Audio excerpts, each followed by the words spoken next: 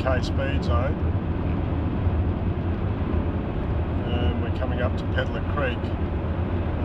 About 3 years ago there was a fatality at Pedlar Creek, closed the whole road off here, diverted traffic in through Seaford, which obviously put a lot of strain on the pathetic road on that side of the thing. Okay, here we go, here's the Pedlar Creek Bridge. The road's relatively smooth. Just hope there's going to be enough space in my car to record this video. About 6 months ago there was an accident on this corner where a car with a bobcat on the back, on the trailer on the back, jackknifed. Fortunately no one was injured, and it was damaged with a bit of pride. Quite often cars are caught here with trucks turning in, going both ways. We're coming up to the Tatachilla Road intersection. You'll notice that one side of the road has the yellow traffic island markers, the other side doesn't. They're supposed to be there. You turn down to Maslin Beach, there's trucks always turning there, and people getting caught out there. There was a serious with a international tourist there not long ago. I'm not sure of any recorded deaths on that intersection, but it wouldn't surprise me.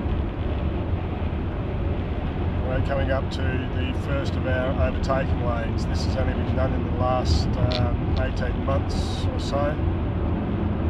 It's not too bad, but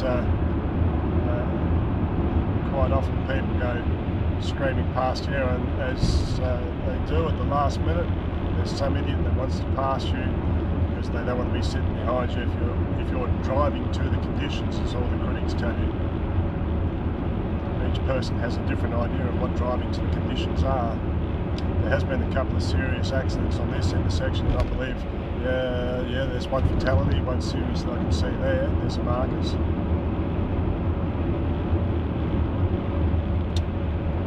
Right, now we're coming up to the bad stretches of road. Okay, I'm still sitting on 90 kilometres an hour.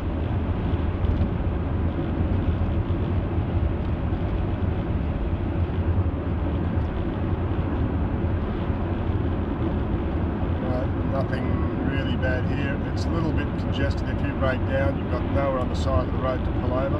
I remember seeing a car with a flat tyre here once, and if you've got a flat tyre on the outside of the car, the roadside, you've got no hope of replacing it, changing the tyre there. Same here. As you can see, they've tacked on shoulders. What do you do? What's that going to do? Oh, that's right, yeah, it washes it down and leaves a big divot on the side of the road so people can't get through. They could probably get a bit of an extra 2 lanes in here by the looks of the road on the side. They need to do a bit of property acquisition maybe. Now we're coming up to the next of the overtaking lanes uphill. And I don't know if it's going to show you how much it bounces around on the road here. We're coming up to Malpas Road where Sabella died, and where Jess died a couple of weeks last week. So here we are, we've got a right turn lane, we've got a road that's been recently sealed in the last 12 months. If you look at the white lines on the side of the road, it gives you the indication of on the undulations. They don't appear too bad from here, but when you actually hit them, the centre of the road is quite different. This has just been repaired recently. The road's cracked and crazed here and bouncing all over the road already. 12 months ago this was done. It's a pretty good effort by them, isn't it? Sure, we got Bay of Biscay soil, but why not do the foundations properly? Right, we're now coming up to the Port Road turn-off for Aldinga, the very first of the intersections. There was a fatality on this intersection the week after Sabella, so to make about 10 weeks ago. We're down to an 80k zone, so I'll sit on the speed limit.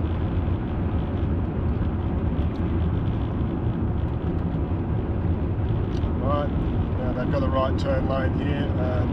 Obviously driver error does play a part in it, there's no doubt about it, but if You've got people coming along here at 80 kilometres an hour still. It's ridiculous. We've had quite serious injuries and accidents on this corner coming to the right, which is a continuation of old coach road. You can't see any white line to tell you where the stop marker is. That's deficient. Department of Transport, Energy and Infrastructure are aware of it. I told them about that a month ago, and still nothing's been done. You can see the markers. I don't know if you'll be able to see the markers on the road where they've cut the marked sections that need repair. Obviously they're not a priority according to the Department of Transport, Energy and Infrastructure. We're coming up to Aldinga Beach Road. There's been serious accidents here. They have reshaped the corner and it does work a bit better, but it's still very difficult to get out when you've got cars barrelling down the road at you at 80 kilometres an hour. Okay, this section of road's is probably the worst section of road, and once again, this was resurfaced 12 months ago. Actually, probably not even 12 months ago. And I'm still only doing 80 kilometres an hour. I'll take it up to 90.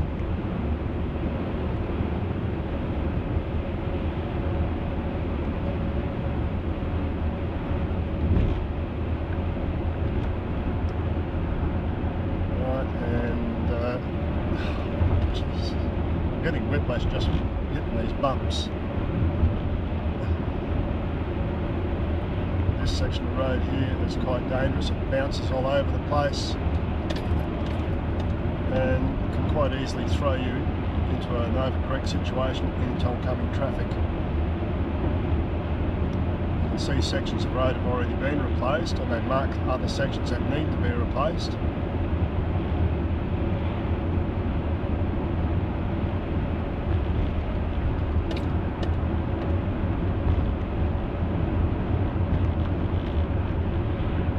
It's not too bad, but still quite bumpy in spots.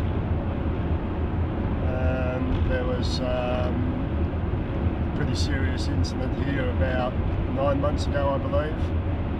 I may be wrong, but it's about the mark. And I've seen plenty more on that intersection.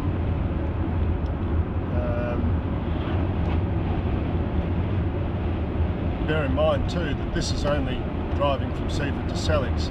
The road going back the other way is equally as bad, but you have a lot more variables to contend with it should you make a slight error in judgment. Another area here that's been patched up recently. They put in a right turn lane up here for people going down to Silver Sands, which is great because a lot of cars do turn off here. But why can't they do it for all the right turns? I mean, they've got the land there to do it. They should do it. They didn't do the one there, and people moving down that side, down the other side. Now we're coming up to the last of the overtaking lanes before Sellicks. And I'll actually go up to the Norman Victory Parade to show you how bad that bit is as well.